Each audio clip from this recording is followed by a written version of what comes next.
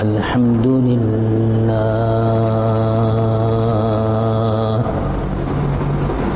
نحمده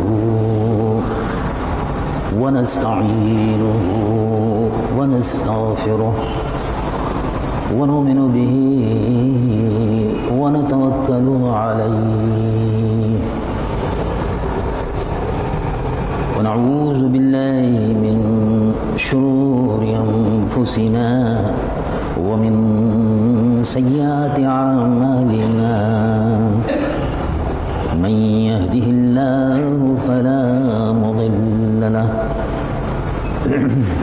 ومن يضلله فلا هادي له ونشهد أن لا إله إلا الله وحده لا شريك له ونشهد أن سيدنا ونبينا وحبيبنا ومولانا محمد صلى الله تعالى عليه وسلم عبده ورسوله الذي أرسل إلى الخلق كافة بشيرا ونذيرا وداعيا إلى الله بإذنه وسراجا منيرا وبشر المؤمنين بأن لهم من الله فضلا كبيرا فهو الحبيب الذي ترجى شفاعته لكل هول من الأهوال مقتحم جاءت لدعوته الأشجار ساجدة تمشي إليه على ساق بلا قدم ومن تكن برسول الله نصرته إن تلقه الأسد في آجامها تجمي يا رب صل وسلم دائما أبدا على حبيبك خير الخلق كلهم قال الله عز وجل في شان حبيبه مخبرا وآمرا إن الله وملائكته يصلون على النبي يا أيها الذين آمنوا صلوا عليه وسلموا تسليما اللهم صل على حبيبك سيدنا مولانا محمد صاحب الوجه الأنور والجبين الأزهر صلاة وسلاما عليك يا سيدي يا رسول الله. اللہ تبارک و تعالی جل جلالہ وعظم والہ کا فضل و کرم اور اس کا احسان ہے کہ ہم اور آپ اللہ کے حضور میں سر سجود ہونے کے لیے اللہ کے گھر میں حاضر ہیں. رب العالمین جل جلالہ وعظم والہ مجھ گناہگار و سیاہکار کی اور آپ کی سب کی ہماری حاضری کو قبول فرمائے اور جو کچھ کے بیان کیا جائے اس کو شرف قبولیت عطا فرما کر ہماری اور آپ کے سب کے لیے کفارہ سیئات بنائے. اللہ تبارک و تعالی جل جلالہ وعظم والہ کا فضل و کرم اور اس کا احسان ہے کہ 14 تاریخ 15ویں شب برات پیر کے دن بعد مغرب ہوگی اور منگل کے دن 15 شعبان کو امت مسلمہ اللہ رب العالمین جل جلالہ وعظم والہ کے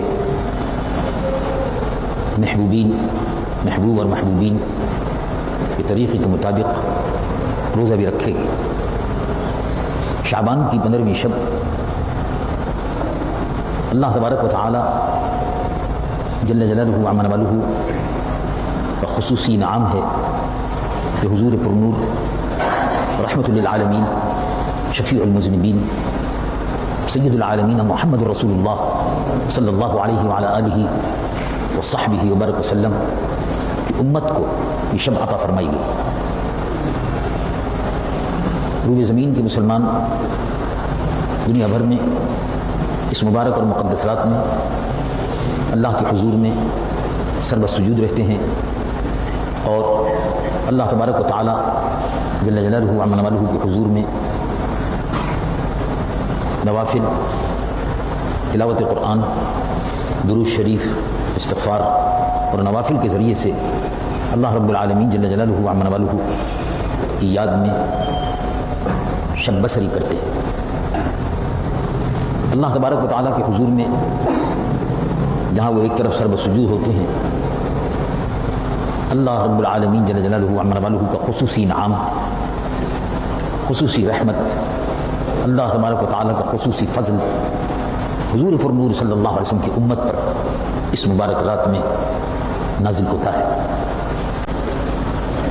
قرآن مجید فرقان حمید میں اس رات کا تذکرہ اس اعتبار سے موجود ہے کہ خصوصیت کے ساتھ اللہ رب العالمین جل جلالہ و عظم جلالہ نے اس مبارک اور مقدس رات میں فرشتوں کو مقرر فرمایا ہے جو بندگان خدا اور اللہ رب العالمین جل جلالہ و عظم جلالہ کے بندوں کے رزق کی سال بھر کے لیے تقسیم، بندوں کی بلاؤں سے اور بلیات سے، مصائب و مشکلات سے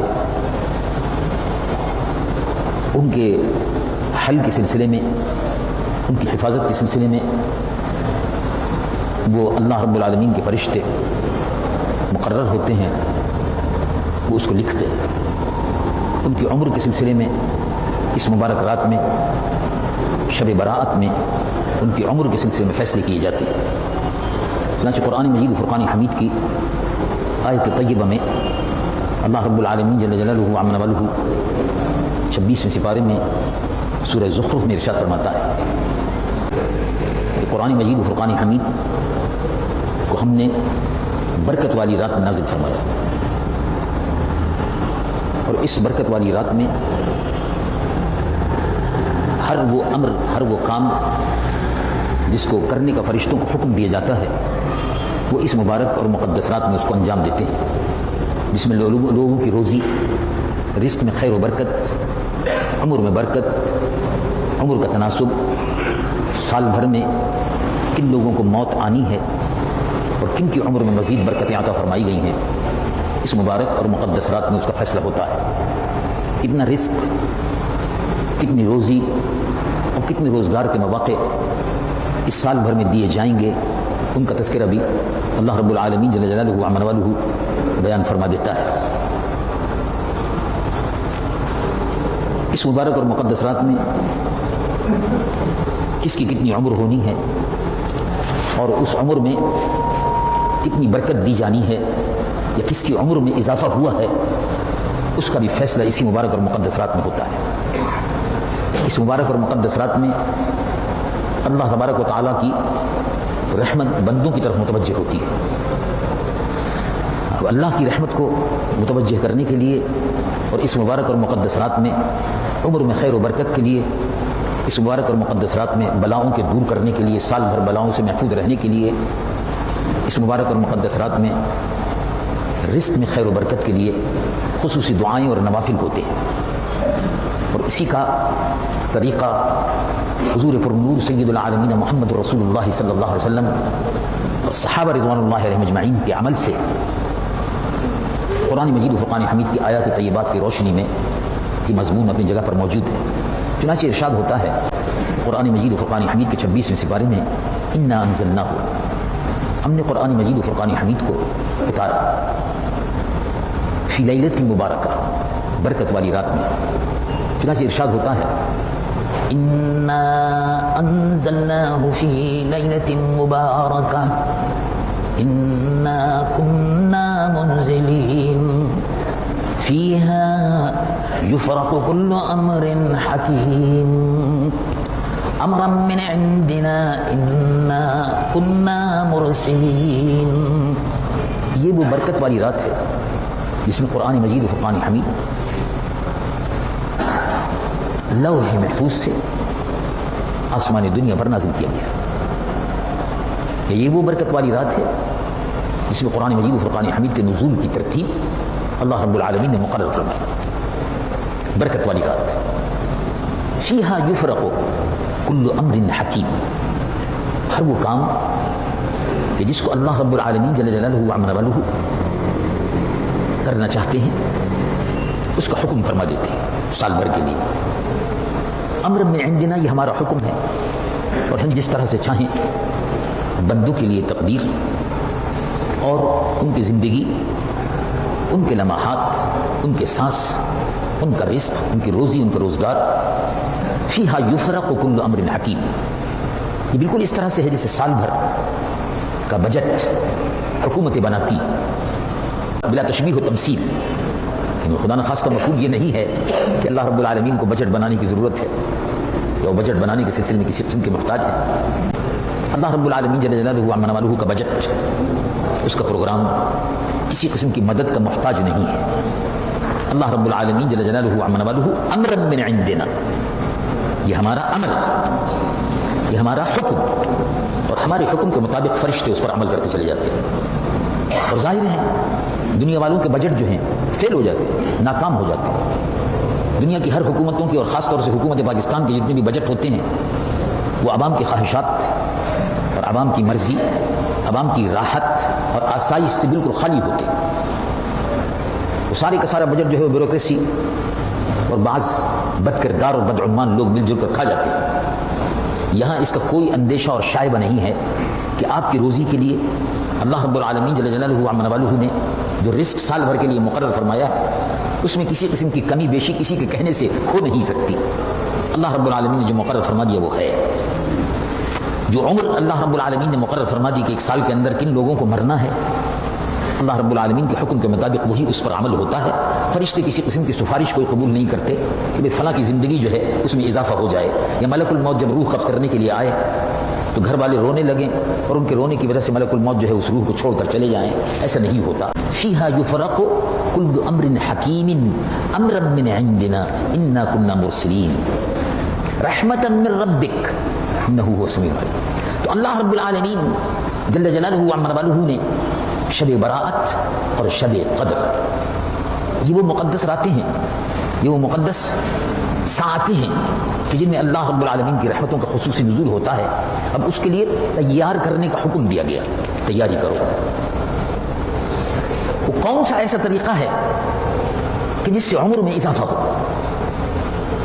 عمر میں برکت ہو اور عمر بڑھ جائے. بعض حضرات یہ کہتے ہیں کہ عمر تو مقرر ہے، مقرر اللہ کے یہاں ہے، اور اللہ رب العالمین جل جلالہ وعظم جلالہ جب چاہے اس میں اضافہ فرما دے. تو کیا ایسا ہوتا ہے؟ یقیناً ہوتا ہے، عمر بڑھ جاتی ہے. کیا ایسا ہوتا ہے کہ رزق جو مقرر ہے اس میں اضافہ ہو جائے؟ اضافہ بھی ہو جاتا ہے، یقیناً ہوتا ہے. کیا ایسا ہوتا ہے کہ اللہ تبارک و تعالیٰ جل جلالہ وعظم جلالہ نے جو عمر مقرر کر دی اس عمر مقرر میں اضافہ ہو جائے؟ 65 برس کی عمر لکھ دی گئی، اضافہ فرما دیا 1 سال اور دے دو. کس وجہ سے ہو جاتا ہے؟ ایسا ہوتا ہے، یقیناً ہوتا ہے. اس لیے کہ قضاء و قدر اور قوت فیصلہ احکم الحاکمین اللہ رب العالمین کے اختیار میں ہے. چاہے بڑھا دے اور چاہے گھٹا دے، گھٹا بھی سکتے ہیں. حضور پرنور سید العالمین محمد رسول اللہ صلی اللہ علیہ وسلم سے صحابی رضی اللہ عنہ وارضاہ نے عرض کیا کہ یا رسول اللہ صلی اللہ علیہ وسلم مجھے اپنے والدین کے ساتھ میں کیا کرنا چاہیے؟ کہا حسن سلوک کرو، حسن سلوک کرو، یعنی اچھا سلوک اپنے والدین کے ساتھ کرو، یعنی ماں اور باپ کے ساتھ اچھا سلوک کرو. حضور اس کا نتیجہ کیا ہوگا؟ تو ارشاد فرمایا عمر میں تمہاری برکت ہوگی. پھر ایک صحابی رضی اللہ عنہ وارضاہ تشریف لائے اور اس کے یا رسول اللہ صلی اللہ علیہ وسلم رشتہ دار بہت ہیں، بہن بھائی بہت ہیں، کیا کرنا چاہیے اور اس کا نتیجہ کیا ہوگا، اس کے صلے میں کیا ملے گا؟ تو حضور پرنور سید العالمین مصطفیٰ صلی اللہ علیہ وسلم نے ارشاد فرمایا آت ذی القربى حقہ. قرابت دار جو ہیں ان کا حق ادا کرو. یعنی بہن اور بھائی جو ہیں یہ بڑا مقدس رشتہ ہے، اس رشتے کو توڑو نہیں. جو اس رشتے کو جوڑے رکھتا ہے اللہ تبارک و تعالیٰ اس رشتے کے جوڑنے کی برکت سے عمر میں بھی اور رزق میں بھی برکت عطا فرماتا ہے. تمہارے بہن بھائی تمہارے اچھے سلوک کے اگر مستحق ہیں تو یقین رکھو کہ رزق میں بھی برکت ہوگی اور روزی میں بھی برکت ہوگی.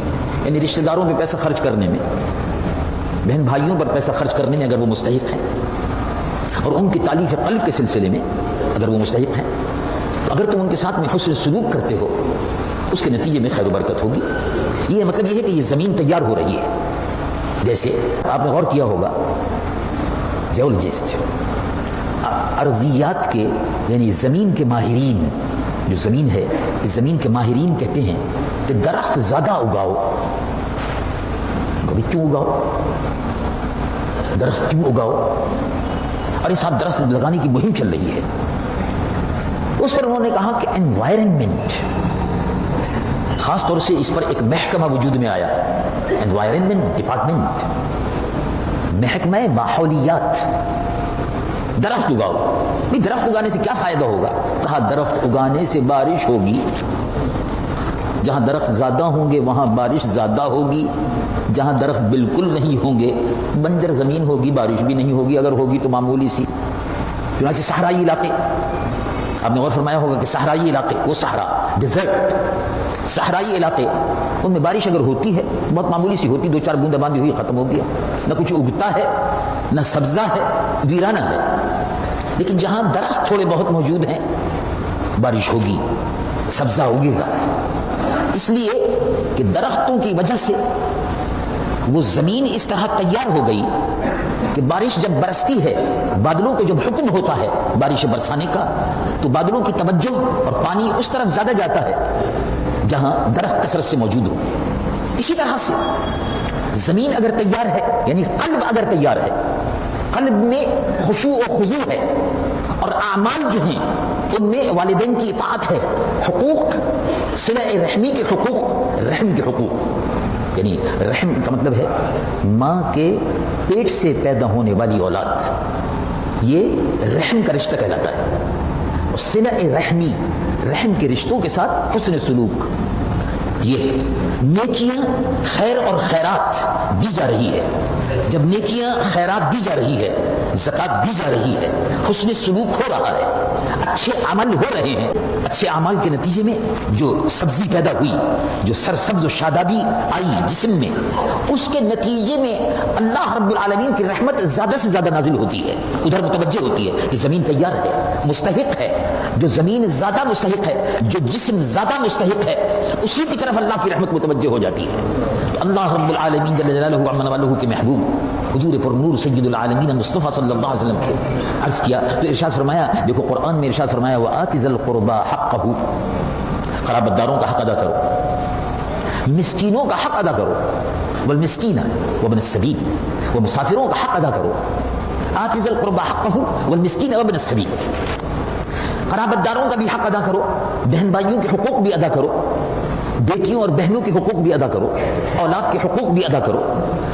اللہ رب العالمین جل جلالہ وعظم والہ جب سے یہ سب حقوق ادا کرو گے، مثلا پھر ارشاد فرمایا اللہ کی رحمت متوجہ نہیں ہوتی، کس کی طرف نہیں ہوتی؟ ارشاد فرمایا کہ حدیث مبارک ہے لا يحل، مضمون اس کا حدیث کا شریف کا یہ ہے لا يحل لامرئ مسلم ان يهجر اخاه فوق ثلاث فمن هاجر اخاه فوق ثلاث فمات دخل النار او كما قال صلی اللہ علیہ وسلم. شب برات یہ اللہ رب العالمین جل جلالہ وعظم والہ کی رحمتیں بھیجنے کی اور رحمتیں اترنے کی ایک مخصوص رات ہے. اس مخصوص رات کے قابل بناؤ اپنے آپ کو تاکہ رحمت الہی متوجہ ہو.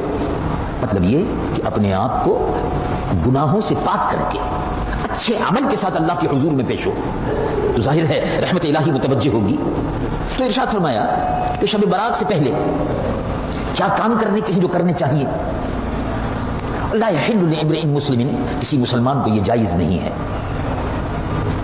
ان يهجر اخاه فوق ثلاث، کہ اپنے کسی مسلمان بھائی سے 3 دن سلام و کلام و بول چال بند رکھے.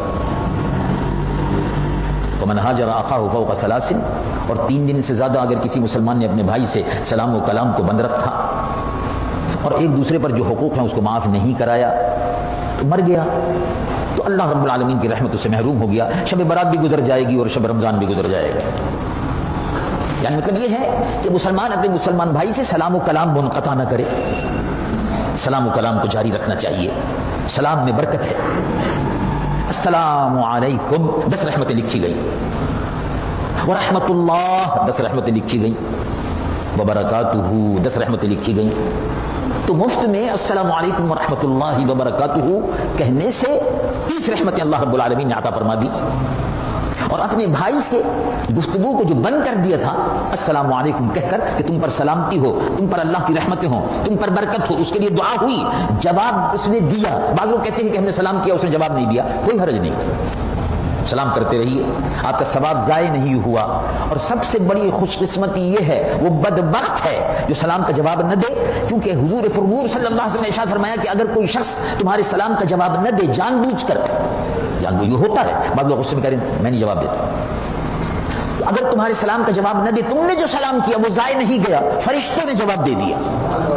تو جس کے سلام کا جواب فرشتے جواب میں کہیں وعلیکم السلام ورحمۃ اللہ وبرکاتہ، اس سے بڑا خوش نصیب کون ہے کہ فرشتے اس کے سلام کا جواب دے رہے ہیں۔ فرشتے 2 رہتے ہیں موجود ہر وقت، جب آپ نے سلام کیا اس نے جواب نہیں دیا تو 2 فرشتوں نے کہا وعلیکم السلام ورحمۃ اللہ وبرکاتہ۔ اب یہ بدنصیب ہے، یہ خود جواب دے دیتا، وَإِذَا حُيِّيتُم بِتَحِيَّةٍ فَحَيُّوا بِأَحْسَنَ مِنْهَا أَوْ رُدُّوهَا، جو تم کو سلام کیا جائے تو تم اس سے بہتر طریقے سے جواب دو۔ کسی نے کہا السلام علیکم تو تم کہو وعلیکم السلام ورحمۃ اللہ، کسی نے کہا السلام علیکم ورحمۃ اللہ، تم اس سے بہتر طریقے سے جواب دو وعلیکم السلام ورحمۃ اللہ وبرکاتہ، اور برکت بھی ساتھ ساتھ۔ اللہ رب العالمین جل جلالہ عمن والہ کے محبوب صلی اللہ علیہ وسلم نے ارشاد فرمایا کہ اس رات سے پہلے جو کام کرنے کی وہ پہلے کر لو۔ اب بہت سے حضرات ہیں ایک دوسرے سے ناراض ہیں، منہ پھیر کے چلتے ہیں، مسلمان بھائی سلام بھی نہیں کرتے، جواب بھی نہیں دیتے۔ بہت سے حضرات ہیں جنہوں نے اپنے رشتوں کو ختم کر دیا، بڑی اہم بات ہے۔ قرآن مجید و فرقان حمید میں چاہے ایک آدمی نمازیں پڑھتا رہے، تہجد ادا کرتا رہے، لیکن بھائی اور بہن کے رشتے کو ختم کر دیا، ماں اور باپ کے حسن سلوک کو ختم کر دیا، اپنے مسلمان بھائی سے تعلقات کو خواہ کو خراب کر لیا، اور اپنے پڑوسیوں کو اپنے ظلم سے چھوڑا نہیں۔ بہت سے لوگ ان کے پڑوسی ان سے تنگ ہیں، پڑوس کے حقوق کا خیال نہیں کرتے۔ جبرائیل تشریف لائے اور مجھ سے ارشاد فرمایا اے اللہ کے محبوب صلی اللہ علیہ وسلم پڑوسیوں کا حق ادا کرتے رہیے۔ تو حضور پر نور صلی اللہ علیہ وسلم کو جو ارشاد فرمایا تو حضور تو ایسا نہیں تھا کہ پڑوسیوں کا حق ادا کرتے ہوں معاذ اللہ، لیکن اصل میں امت کی تعلیم کے لیے یہ سب۔ اے محبوب صلی اللہ علیہ وسلم پڑوسی کا بہت بڑا حق ہے، دائیں 40 گھر، الٹے ہاتھ پہ 40 گھر، یہ سب پڑوسی ہیں۔ اب پڑوسی میں کوئی بھی ہو اس کے ساتھ حسن سلوک، اچھا برتاؤ، ان کا سب سے اچھا برتاؤ یا رسول اللہ کیا ہے کہ تمہاری ذات سے تمہارے پڑوسی کو کوئی تکلیف نہ پہنچے۔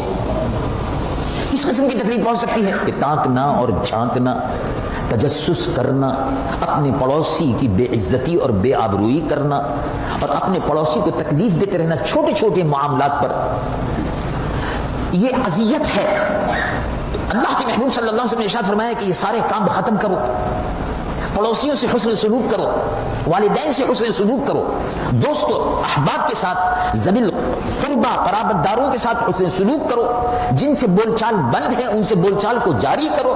پھر اس کے بعد شب براءت میں اللہ کے حضور میں کھڑے ہو تو اس یقین رکھو کہ اللہ کے فرشتے، رحمت کے فرشتے تم پر رحمت لے کر اتر رہے ہیں۔ لیکن اگر ایسا نہیں ہے تو ارشاد فرمایا رحمتوں سے محروم ہو جاؤ گے۔ ام المومنین عائشہ صدیقہ رضی اللہ تعالی عنہا ارشاد فرماتی ہیں کہ رات کا وقت تھا اور میں نے یہ خیال کیا کہ اللہ کے محبوب صلی اللہ علیہ وسلم حجرہ مبارک میں آرام فرما رہے ہیں۔ میری آنکھ کھل گئی، جب میری آنکھ کھل گئی تو میں نے دیکھا کہ اللہ کے محبوب صلی اللہ علیہ وسلم بستر مبارک پر تشریف فرما نہیں ہے۔ مجھے خیال آیا، اب ام المومنین اپنی بیان فرما رہی ہیں واقعے کو، بہرحال دنیاوی نقطہ نظر سے مجھے خیال آیا کہ اللہ کے محبوب صلی اللہ علیہ وسلم کسی دوسری بی بی صاحبہ کے یہاں تشریف لے گئے ہوں گے شاید، میں نے یہ گمان کیا۔ ازواج مطہرات بی بی صاحبہ امہات المؤمنین کہ حجرہ مبارک برابر برابر میں سب تھے۔ ام المؤمنین عائشہ صدیقہ رضی اللہ تعالی عنہا اور تمام جتنی بھی ازواج مطہرات تھے سب کے حجرے مسجد نبوی کے ساتھ ساتھ تھے، دروازے مسجد نبوی میں کھلتے تھے، حضور پرنور صلی اللہ علیہ وسلم نے مسجد نبوی جب تعمیر ہوئی تھی تو بہت سے صحابہ کے مکانات کے دروازے مسجد نبوی میں کھلتے تھے، اس لیے کہ بہرحال تعمیر ہوئی تھی مسجد۔ پھر ارشاد فرمایا سب دروازے بند کر دو، کل خوخۃ یغلق، صاحب وفاء الوفا نے اس کا تذکرہ کیا، کل خوخۃ یغلق، ہر دروازہ بند کر دو الا خوخۃ ابی بکر، ابو بکر کا دروازہ کھلا رہے گا، سب دروازے بند کر دو۔ یعنی مسجد نبوی میں آمد و رفت کسی کی نہیں ہونی چاہیے، کیونکہ جب دروازہ ہوگا تو آمد رفت ہو گئی نا، تو وہ شارع عمومی ہو گیا۔ اسی لیے فقہا نے بھی فرمایا مسجد کو شاہراہ کے طور پر، گزرگاہ کے طور پر استعمال نہیں کرنا چاہیے۔ کل خوخۃ یغلق، ہر دروازہ بند کر دو، ابو بکر کا دروازہ کھلا رہے گا، اس لیے کہ مسجد نبوی کی زمین جو ہے ابو بکر صدیق نے خریدی تھی، اور حضور پرنور صلی اللہ علیہ وسلم کے محبوب صحابی تھے، خلیفۃ المسلمین تھے، اللہ کے محبوب صلی اللہ علیہ وسلم نے بربناء محبت جو حضرت ابو بکر سے تھی اور جو خدمات اسلام کے لیے حضرت ابو بکر کی تھی، اس کی بنا پر حضور نے ارشاد فرمایا۔ بہرحال تو ام المومنین عائشہ صدیقہ رضی اللہ تعالی عنہا ارشاد فرماتی، میرے دل میں خیال ہوا کہ شاید دیگر امہات المومنین ان کے مکانوں پر تشریف لے گئے ہوں گے، تو میں جلدی سے چادر ڈالی اور باہر آئی۔ اب میں کیسے معلوم کرنا ہوگا حضرت بی بی عائشہ کو؟ تو فرماتی ہیں میں اپنی ناک کی خوشبو سونگھ رہی تھی، سانس لے کر سونگھ رہی تھی، اس لیے کہ جدھر خوشبو ہوتی ہے پتہ چل جاتا ہے کہ حضور اس طرف تشریف فرما ہوں گے، خوشبو سے پتہ چل جاتا تھا۔ اللہ کے محبوب حضور پرنور صلی اللہ علیہ وسلم کی خوشبو سونگتے سونگتے میں مسجد نبوی سے باہر آ گئی، مجھے خوشبو آ رہی تھی تو میں خوشبو پر چل رہی تھی، سونگتی جاتی تھی اور چلتی جاتی تھی، چلتے چلتے جنت البقیع پہنچ گئی۔ جنت البقیع مدینہ منورہ کا قبرستان ہے، سبحان اللہ۔ اللہ کے محبوب حضور پرنور سید العالمین محمد الرسول اللہ صلی اللہ علیہ وسلم ارشاد فرماتے ہیں جنت البقیع قبرستان وہ ہے کہ جس پر روزانہ صبح و شام 70,000 فرشتے جب مدینہ منورہ میں اترتے ہیں درود و سلام کا نذرانہ پیش کرنے کے لیے، جیسے کہ حدیث مبارک میں ہے کہ 70,000 فرشتے صبح اور 70,000 فرشتے شام درود کی سوغات، سلاموں کی ڈالیاں لے کر دربار مصطفیٰ میں حاضر ہوتے ہیں۔ صبح کو جو حاضر ہو گئے شام کو واپس چلے جاتے ہیں، پھر دوسری لائن جو ہے وہ لگ جاتی ہے اور وہ حاضر ہوتی، عصر کے بعد دوسرے آ جاتے ہیں، فجر کے بعد دوسرے آ جاتے ہیں۔ تو یہ 70,000 فرشتے آسمانوں سے اترتے ہیں مدینہ منورہ میں دربار مصطفیٰ میں صلاۃ و سلام عرض کرنے کے لیے۔ حضور ارشاد فرماتے ہیں کہ وہ جنت البقیع کے اوپر سے گزرتے ہوئے آتے ہیں اور اپنے پروں کو، رحمت والے پروں کو جھاڑتے ہوئے پھر دربار مصطفیٰ میں حاضر ہوتے ہیں۔ اسی لیے ارشاد فرمایا من استطاع منکم ان یموت فی المدینہ فلیمت، تم نے جس کو اللہ رب العالمین استطاعت عطا فرمائے مدینہ منورہ میں مرنے کی، جس کو اللہ توفیق دے دے، استطاعت عطا فرمائے مدینہ منورہ کی، فلیمت، اس کو چاہیے کہ وہیں انتقال کر جائے، جس کو اللہ استطاعت دے دے۔ من استطاع منکم ان یموت فی المدینہ فلیمت فمن مات بالمدینہ کنت له شفیعا وشہیدا یوم القیامۃ او کما قال صلی اللہ علیہ وسلم۔ جس شخص کا مدینہ منورہ میں انتقال ہوا اور وہ خواہش کے مطابق انتقال ہوا، یعنی اس کی چاہت کے مطابق، بہت سے لوگ نہ چاہتے ہوئے بھی مدینہ منورہ میں مر جاتے ہیں، نہ چاہتے ہوئے بھی۔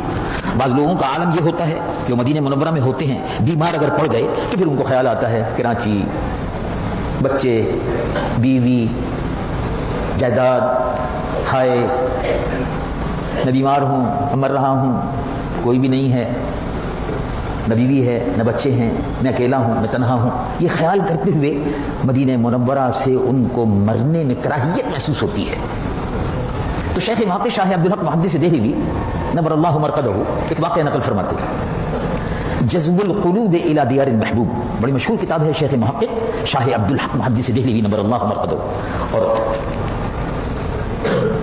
جذب القلوب الی دیار المحبوب اور مدارج النبوت، یہ دو بڑی مشہور کتابیں ہیں فضائل مدینہ منورہ اور سیرت طیبہ پر۔ شیخ محقق لکھتے ہیں کہ ایک بزرگ مدینہ منورہ شریف حاضر ہوئے اور حاضری کے بعد اب وہ جنت البقیع کی طرف رات میں تشریف لے گئے، جا رہے تھے تو ان کا جنت البقیع کے دروازے پر کھڑے ہو کے فاتحہ پڑھ لو، دروازہ تو بند ہو جاتا ہے رات کو۔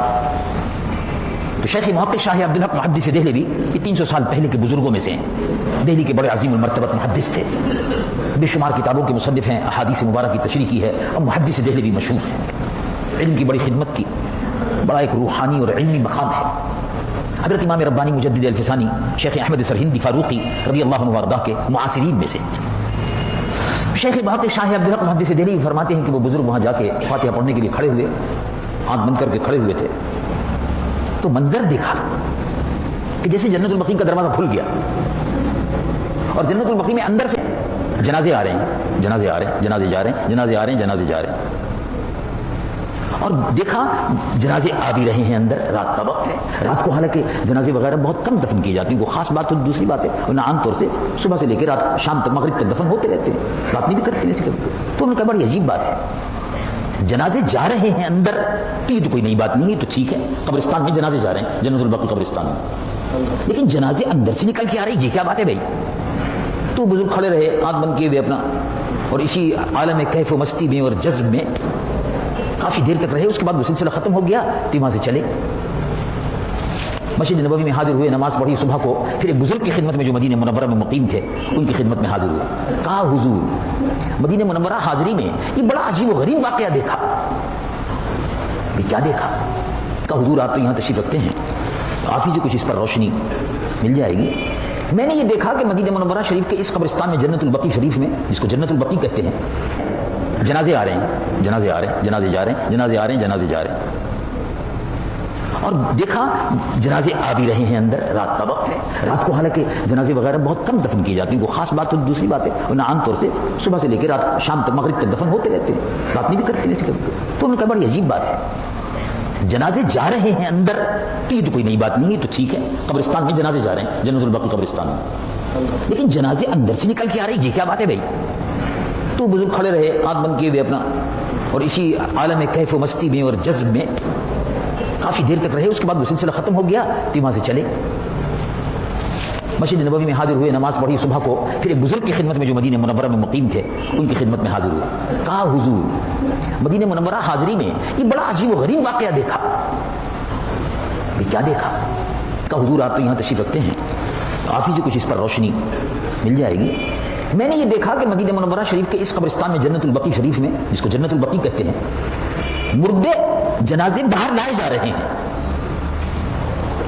اور جنازے اندر جا رہے تھے تو وہ تو ظاہر ہے جنازے تو جاتے ہی اندر قبرستان میں، لیکن جنازے باہر لائے جا رہے تھے، یہ بڑی عجیب و غریب بات تھی۔ ارشاد فرمایا یہ جن کے جنازے باہر لائے جا رہے ہیں یہ وہ لوگ ہیں کہ جو مدینہ منورہ میں مر گئے، لیکن دل ان کے اپنے گھروں پہ لگے ہوئے تھے، اپنے شہروں میں لگے ہوئے تھے، اپنے ملک میں لگے ہوئے تھے، ان کو مدینہ منورہ میں مرنے کی تمنا نہیں تھی، اور جن کو مدینہ منورہ میں مرنے کی تمنا تھی چاہے وہ کہیں بھی انتقال فرما گئے ہوں ان کے مردے لائے جا رہے ہیں، اور جن کو نہیں تھی ان کے جنازے باہر لے جائے جا رہے ہیں، جہاں آرزو تھی وہیں بھیجے جا رہے ہیں، جاؤ۔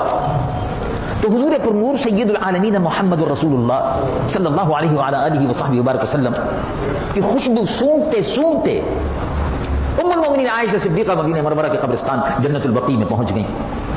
بڑا مشہور قبرستان ہے، عظیم المرتبت صحابہ رضوان اللہ علیہم اجمعین، تابعین، امہات المؤمنین، سیدنا عثمان رضی اللہ عنہ خلیفۃ المسلمین، یہ تمام بابرکت ہستیاں اسی قبرستان میں مدفون ہیں، ہزاروں صحابہ رضوان اللہ علیہم اجمعین مدفون ہیں، ہزاروں تابعین مدفون ہیں، ہزاروں اہل بیت کرام مدفون ہیں، ہزاروں اولیاء کرام مدفون ہیں، 1450 سال سے دفن ہوتے چلے آ رہے ہیں، کتنا بابرکت قبرستان ہے۔ حضور پر نور صلی اللہ علیہ وسلم کی تلاش میں ام المومنین عائشہ صدیقہ جب پہنچی تو قبرستان میں سے خوشبو آ رہی تھی، آپ قبرستان میں داخل ہو گئی تو دیکھا اللہ کے محبوب صلی اللہ علیہ وسلم سجدے میں ہیں، اور سجدے میں اس طرح رو رہے ہیں جیسے بچہ بلک کر روتا ہے۔ تو ام المومنین نے عرض کیا اپنے آپ سے کہ مجھے افسوس ہوا، میں یہ سوچتی تھی کہ حضور کی ازواج مطہرات میں کسی کے پاس ہوں گے، تو اللہ کے محبوب صلی اللہ علیہ وسلم تو یہاں جنت البقیع کے قبرستان میں اللہ کے حضور میں سربہ سجود ہیں، اور کیا دعا مانگ رہے ہیں، جا کے دیکھو تو حضور پر نور صلی اللہ علیہ وسلم سجدے میں ہیں اور بچوں کی طرح سے بلک کر رو رہے ہیں۔ آواز آ رہی تھی، اے اللہ اس بابرکت رات میں میری امت کی مغفرت فرما۔ حضور پر نور صلی اللہ علیہ وسلم اپنی امت کے لیے اس مبارک اور مقدس رات میں اللہ کے حضور میں رو رہے تھے۔ ام المومنین عائشہ صدیقہ ارشاد فرماتی ہیں میں کھڑی رہی، کافی دیر کے بعد اللہ کے محبوب سجدے سے اٹھے، اور اٹھنے کے بعد فارغ ہوئے، میں وہاں تھی میں آ چکی تھی وہاں سے آ چکی تھی کہ حضور عبادت میں مصروف ہیں، واپس چلو.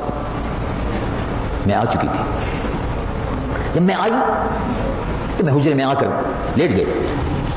کافی دیر کے بعد اللہ کے محبوب تشریف لائے، اور جب حضور پر نور صلی اللہ علیہ وسلم تشریف لائے میں کھڑی ہوئی، اللہ کے محبوب صلی اللہ علیہ وسلم کا استقبال کیا، اور حضور کے جسم مبارک سے میں نے دیکھا کہ جیسے پانی بہہ رہا ہے، پانی برس رہا ہے. میں نے چادر مبارک جو حضور نے پہن رکھی تھی اس کو اتارا. حضور چادر مبارک استعمال فرماتے تھے. میں نے کہا یا رسول اللہ بارش میں آپ بھیگے ہوں گے، بارش ہو رہی ہے. تو فرمایا اے عائشہ بارش نہیں ہو رہی، میں بھیگا نہیں ہوں. تم نے جو بارش دیکھی یہ رحمتوں کی برسات تھی جو اتر رہی تھی. آج کی رات میں سو رہا تھا، تم میری تلاش میں گئی تھی. حالانکہ حضور نے تو ملاحظہ نہیں فرمایا تھا، لیکن بہرحال حضور ارشاد فرماتے ہیں صلی اللہ علیہ وسلم ینام عینایا ولکن لا ینام قلبی. تم بظاہر یہ دیکھتے ہو کہ میں سو رہا ہوں، لیکن میرا دل نہیں سوتا. انی اراکم، مسجد نبوی میں کھڑے ہو کر صحابہ کے درمیان میں ارشاد فرمایا انی اراکم، میں تم کو دیکھتا ہوں. کما اراکم من امامی، انی اراکم من خلفی کما اراکم من امامی. میں جس طرح سامنے دیکھتا ہوں اسی طرح پیچھے جو لوگ ہیں ان کو بھی دیکھتا ہوں. تو حضور پر نور سید العالمین مصطفیٰ صلی اللہ علیہ وسلم نے ارشاد فرمایا اے عائشہ یہ رحمتوں کی برسات تھی. جبرائیل آئے اور جبرائیل نے آ کر عرض کیا کہ یا رسول اللہ صلی اللہ علیہ وسلم آج کی مقدس رات، یہ وہ رات ہے جس کو لیلۃ البراءت، شب براءت کہتے ہیں. اس کو شب برات کہہ دیتے ہیں عام طور سے اردو میں، اصل میں براءت ہے. یہ لیلۃ البراءت، براءت کے معنی ہے براءت، چھٹکارا، آزادی، پانی کی رات، یعنی جہنم سے آزادی کی رات. اے عائشہ جبرائیل نے ارشاد فرمایا کہ آج کی رات اللہ رب العالمین کی خصوصی رحمتوں کا نزول ہو رہا ہے. اور بنی کلب عرب میں ایک قبیلہ ہے. یہ قبیلہ عرب میں بڑا مشہور تھا. اس قبیلے کے پاس بے شمار بھیڑیں، بالوں والی بہت مضبوط اعلیٰ قسم کی بھیڑیں اس قبیلے کے پاس ہوا کرتی تھی. تو اے عائشہ جبرائیل نے فرمایا کہ بنی کلب کی بھیڑیں جو ہیں وہ بڑی کثرت سے بھیڑیں، ان کی جنگل ان کی بھیڑوں سے بھر جاتا ہے. ان بھیڑوں کے جو بال ہیں ان بالوں کی تعداد کے مطابق آج کی رات میں اللہ رب العالمین جہنم سے آزادی عطا فرماتا ہے. میں اٹھا اور میرا دل چاہا کہ میں اللہ کے حضور میں اپنی امت مرحومہ کے لیے دعا کروں. تو اے عائشہ اس لیے میں دعا کے لیے گیا تھا اور اب بھی دعا کرتا ہوں. اللہ کے محبوب صلی اللہ علیہ وسلم نے اس مبارک اور مقدس رات میں اللہ کے حضور میں سربت سجود ہونے کی، مغفرت کی دعاؤں کی تلقین فرمائی. اور اس رات کی جو فضیلت ہے وہ تو قرآن مجید و فرقان حمید کے آیت مبارکہ سے معلوم ہوئی. رب العالمین جل جلالہ عما والہ ارشاد فرماتا ہے انا انزلناہ فی لیلۃ مبارکہ. پھر ارشاد فرمایا آگے فیہا یفرق کل امر حکیم. آج کی مبارک اور مقدس رات میں فیصلے ہوتے ہیں عمر کے، رزق کے، بلاؤں اور آفتوں کے. بلائیں آسمانوں سے اترتی رہتی ہیں اور ہم میں سے بہت سے حضرات اس طرف توجہ نہیں دیتے. اللہ تبارک و تعالی آسمانوں سے بلاؤں کو کیوں نازل فرماتا ہے؟ اس لیے کہ جب زمین سے گناہ اوپر جاتے ہیں تو غضب الہی جوش میں آتا ہے، اور اس غضب الہی کی وجہ سے بستیاں تباہ ہوتی ہیں، قحط سالی ہوتی ہے، بارشیں ہوتی ہیں، طوفان آتے ہیں، بے شمار لوگ مر جاتے ہیں، خلق خدا تباہ ہو جاتی ہے، زلزلے آتے ہیں.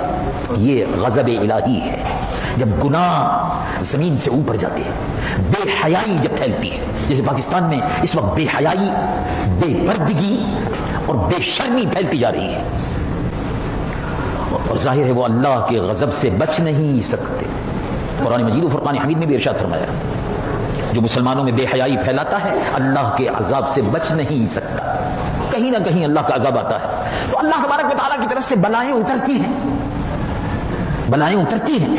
بے حیائی جب پھیلتی ہے، زنا جب پھیلتا ہے، زنا کاری اور حرام کاری پھیلتی ہے، شراب یعنی محرمات شرعیہ اللہ کی کھلم کھلا نافرمانی جب ہوتی ہے، شراب حرام ہے، اور شراب کا پلانا، شراب کو پلانے کے لیے انتظامات کرنا، اس کو پھیلانے کے لیے انتظامات کرنا، جیسے آج کل کے دور میں ہو رہا ہے، حکومت دھڑ دھڑ پانی ملے نہ ملے شراب مل جاتی ہے۔ تو میں جو بات عرض کر رہا تھا وہ یہ تھی کہ غضب جب زمین سے گناہ اوپر جاتے ہیں تو اللہ کا غضب نازل ہوتا ہے، اور ظاہر ہے جب غضب الہی نازل ہوتا ہے تو چکی جب چلتی ہے تو گھن بھی پس جاتا ہے۔ جب عذاب الہی نازل ہوتا ہے تو اس میں پھر بہت سے لوگ جو ہیں جو گناہ کو دیکھتے رہتے ہیں لیکن گناہ کو گناہ نہیں کہتے، شراب خانوں کو دیکھتے رہتے ہیں لیکن اس پر احتجاج نہیں کرتے، شراب کی دکانیں کھل رہی ہیں اس پر احتجاج نہیں کرتے، مذمت نہیں کرتے، وہ بھی پھر اس میں پس جاتے ہیں۔ اس اللہ کے غضب کو روکنے کے لیے جو لوگوں کے گناہوں کے سبب مسجدوں میں نماز پڑھنے والوں پر بھی اس کی زد میں نماز پڑھنے والے بھی آ جاتے ہیں، اس سے بچنے کا طریقہ بھی بیان فرمایا کہ صدقہ دیتے رہا کرو، صدقہ دیتے رہا کرو۔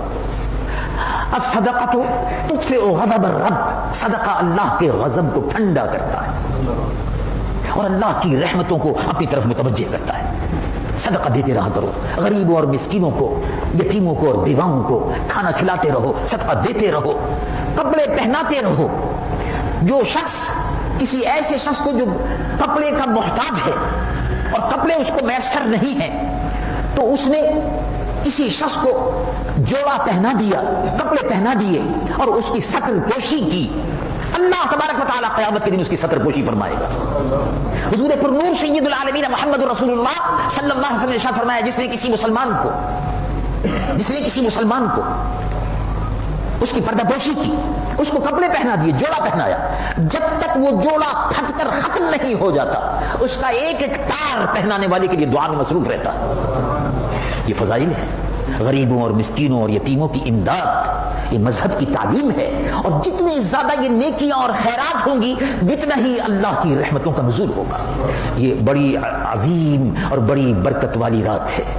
اس رات کے آنے سے پہلے کسی مسلمان بھائی سے دل آزاری ہوئی ہو تو اس سے معافی مانگ لینی چاہیے۔ کسی مسلمان بھائی کی طرف سے اپنے کسی مسلمان بھائی سے بول چال بند ہو، بول چال شروع کر دینی چاہیے۔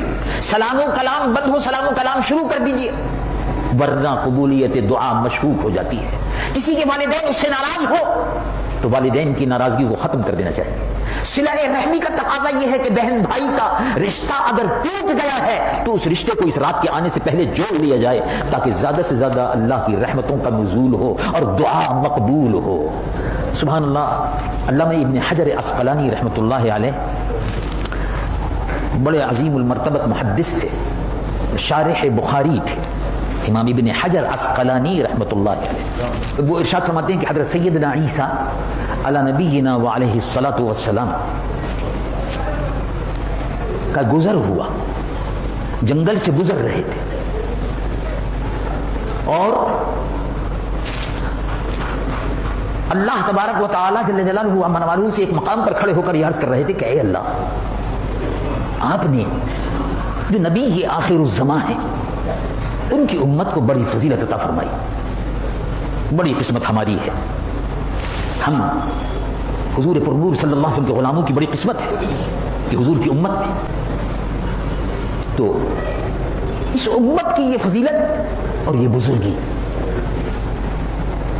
تمام جتنی بھی پچھلی امتیں ہیں ان سب امتوں میں یہ امت محمد مصطفیٰ صلی اللہ علیہ وسلم فضیلت والی امت ہے، یہ امت مرحومہ ہے جس پر رحمت خداوندی کا نزول ہو رہا ہے۔ امت مرحومہ، امتی حضور پر نور صلی اللہ علیہ وسلم نے ارشاد فرمایا امتی امت مرحومہ، امتی میری امت جو ہے یہ امت مرحومہ ہے جو اللہ کی رحمتیں اس پر اترتی رہیں گی۔ مختلف اللہ تبارک و تعالیٰ موقع مہیا فرما دیتا ہے، مثلا پچھلی امتوں کو شب برات نہیں عطا ہوئی، حضور پر نور صلی اللہ علیہ وسلم کی امت کو عطا ہو گئی۔ پچھلی امتوں کو شب قدر عطا نہیں ہوئی، حضور پر نور صلی اللہ علیہ وسلم کی امت کو عطا ہو گئی۔ یہ حضور کی امت کی فضیلت ہے، شب قدر حضور کی امت کی فضیلت ہے۔ تو حضرت عیسیٰ علیہ نبی علیہ السلام عرض کر رہے ہیں کہ سبحان اللہ، تو ارشاد فرمایا کہ وہ افضل الانبیاء والمرسلین ہیں، وہ سب نبیوں کے سرتاج ہیں، وہ سارے نبی براتے ہیں اور وہ دولہا ہے صلی اللہ علیہ وسلم۔ جس طرح دولہا کے بغیر برات نہیں، اس طرح ان کے بغیر عالم نہیں، کائنات نہیں، زمین نہیں، آسمان نہیں، کچھ نہیں۔ اے عیسیٰ، سارے نبیوں کی نبوت صدقہ ہے محمد رسول اللہ صلی اللہ علیہ وسلم کا۔ پتھر سامنے تھا، وہ پھٹ گیا۔ امام ابن حجر اسقلانی اس واقعے کو تذکرہ کرتے ہوئے لکھتے ہیں، پتھر سامنے تھا، پھٹ گیا۔ تو اللہ کی قدرت ہے، پتھر پھٹا اور اس میں دیکھا کہ ایک صاحب رونق افروز ہیں، انگلی کھجور کا خوشہ وہ ان کے ہاتھ میں ہے، انگلی میں تھامے ہوئے ہیں، نوش فرما رہے ہیں۔ کہا سبحان اللہ، اللہ تبارک و تعالیٰ کی عجیب و غریب قدرت ہے۔ آپ پتھر کے اندر، سبحان اللہ، کہا یہ اللہ کی قدرت۔ میں حضرت موسیٰ علیہ السلام کے زمانے کا امتی ہوں، اور 200 سال سے تقریباً اس پتھر میں اللہ رب العالمین جل جلالہ عما والہ سے میں دعا کرتا رہتا تھا، اپنی والدہ کی اور والد کی خدمت کرتا تھا، اور میری والدہ یہ دعا فرماتی تھی کہ اے اللہ تیری دعاؤں کو قبول فرمائے، اللہ تیری دعاؤں کو قبول فرمائے۔ میری والدہ دعا کرتی تھی، ماں کی دعا مستجاب ہے۔ والد دعا دیتے چلے گئے، باپ کی دعا اولاد کے حق میں مستجاب ہے۔ ماں کے قدموں کے نیچے اسی لیے جنت ہے، اور باپ کا ایک حق اور مرتبہ ہے۔ اسی لیے قرآن میں ارشاد فرمایا میرے شکر گزار بندے بنو، انشکر لی ولوالدیک۔ قرآن مجید و فرقان حمید میں ارشاد فرمایا رب العالمین جل جلالہ عما والہ ارشاد فرماتا انشکر لی ولوالدیک الیہ المصیر۔ دیکھو میرے شکر گزار بندے بنو اور والدین کے بھی شکر گزار بنو۔ الیہ المصیر، لوٹ پلٹ کر پھر تم کو میری ہی طرف آنا ہے، اس لیے ماں اور باپ کی خدمت میں کوتاہی نہ برتنا۔ تو ماں کی دعا، باپ کی دعا، وہ فرماتے تھے اللہ تیری دعا کو قبول فرمائے، تو میری دعا قبول ہو گئی۔ میں دعا کرتا تھا کہ اے اللہ، دل یہ چاہتا ہے کہ دنیا سے بے نیاز ہو کر رزق کی محتاجگی ختم ہو جائے اور میں تیری عبادت میں مصروف رہوں۔ سبحان اللہ، اللہ نے دعا قبول فرمائی۔ میں غار میں داخل ہوا اور غار کا دروازہ بند ہو گیا، اور اب میں اس میں عبادت میں مصروف ہوں، اور یہ انگوروں کا خوشہ ہے۔ 200 سال سے میں اسی جگہ پر عبادت کر رہا ہوں، دنیا سے لا تعلق ہو کر، ہر چیز سے بے نیاز ہو کر، رزق کی محتاجگی سے بے نیاز ہو کر۔ جب بھی بھوک لگتی ہے یہ انگور کا خوشہ کھا لیتا ہوں، پیٹ بھر جاتا ہے، پیاس بجھ جاتی ہے۔ یہ جنتی میوہ ہے جو مجھے دیا گیا ہے۔ ضرورت ہوتی 200 برس سے عبادت کر رہے ہو تو سبحان اللہ، تمہارا تو بڑا مرتبہ اور بڑی فضیلت ہے۔ فرشتہ حاضر ہوا اور عرض کیا کہ اس کی عبادت، 200 سال کی عبادت، اللہ تبارک و تعالیٰ نے رسول اللہ کی امت کو ایک شب عطا فرمائی ہے جو 14 تاریخ 15ویں شب شعبان کی تاریخ ہے، شب برات کے نام سے دی جائے گی۔ رسول اللہ کی امت جب اس رات میں عبادت فرمائے گی تو 200 برس پر فضیلت لے جائے گی، ان کی دعاؤں کو شرف قبولیت عطا فرمایا جائے گا۔ یہ وہ بابرکت رات ہے۔ اس بابرکت رات میں اللہ کے حضور میں اپنے لیے اور حضور پر نور صلی اللہ علیہ وسلم کی امت کے لیے دعا فرمائیے، اگلے دن روزہ رکھیے اور رمضان المبارک کے استقبال کی تیاری کیجیے۔ اپنے آپ کو جس طرح سے زمین کو تیار کرتا ہے کسان، ہل چلاتا ہے، زمین کو برابر کرتا ہے، اور برابر کرنے کے بعد بیج ڈالنے کے بعد چھوڑ دیتا ہے بارش کے انتظار میں، اسی طرح سے نیکیوں کا اور خیرات کا، صدقات کا اور اچھے عمل سے اپنے جسم کو، اپنی روح کو پاکیزہ کر لیجیے، تاکہ اس رات کی جو برکتیں ہیں اور رمضان المبارک میں جو ساعتیں آ رہی ہیں ان میں آپ پر بھرپور اللہ کی رحمتوں کا نزول ہو۔ اللہ تبارک و تعالی مجھ گناہگار و سیاہکار کو بھی اور آپ کو بھی، ہمیں سب کو توفیق عبادت عطا فرمائے۔ وآخر دعوانا الحمدللہ رب العالمین۔